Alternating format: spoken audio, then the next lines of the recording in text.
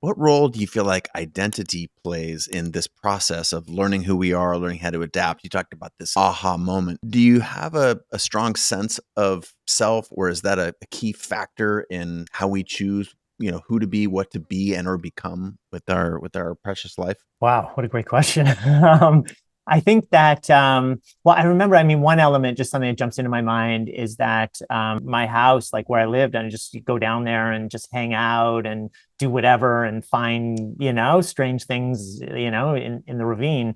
And then here I was in school, and it just felt like it was like almost like claustrophobic. Like it was sort of trying to squeeze me into this box, and I wasn't sure what the box was. And I was trying to, and so my identity, I think, sort of going, kind of going into school it was just this free flowing. It wasn't that like I had to sort of create an identity. It was just sort of like everything was flowing. Mm, And then when I get into school, it was almost like people want to put you in boxes. And so I started to be called lazy, troublemaker, a lost cause. I would get to go to the principal's office all the time. We got to know each other quite well throughout my time there.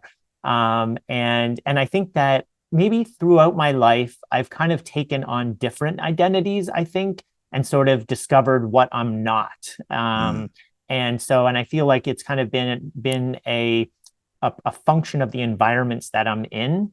And so I find like if I'm in a particular environment, I start to behave like the people in that environment.